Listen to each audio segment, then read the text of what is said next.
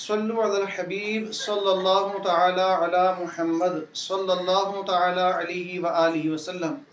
روزی میں برکت کا وظیفہ نماز مغرب کے بعد تین مرتبہ اول آخر درود شریف پڑھیں اور انا اعطیناک الکوثر یعنی سورہ کوثر 21 مرتبہ پڑھیں۔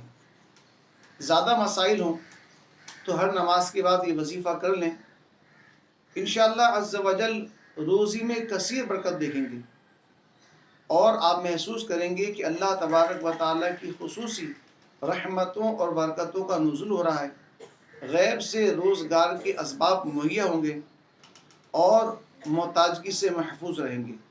اللہ تبارک و تعالیٰ کی بارگاہ میں دعا بھی کرتے رہیں کہ اللہ کے رسول صلی اللہ تعالیٰ علیہ وآلہ وسلم نے فرمایا، الدعاء سلاح المؤمن، دعا مومن کا ہتھیار ہے۔ الدعاء مخ العبادہ، دعا عبادت کا مغز ہے۔